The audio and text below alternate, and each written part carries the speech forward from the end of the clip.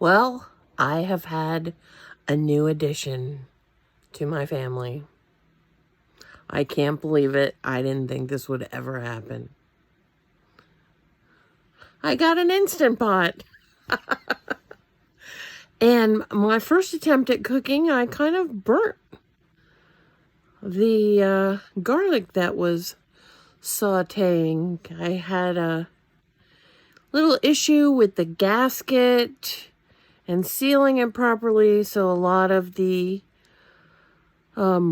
broth dissipated a little too much, and well, things happened. But I cooked a ribeye in this thing. It tasted pretty good, but a bit later Curtis walked in and said, "What did you burn?"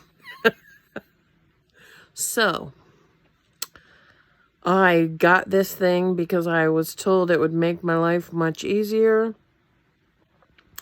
I hope I am able to master using it at some point, because I just keep hearing great things from coworkers and clients, and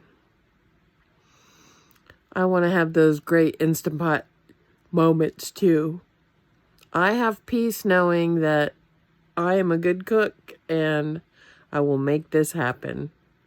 This is Lisa, your stylist, with a piece of me moment. Have a peaceful day.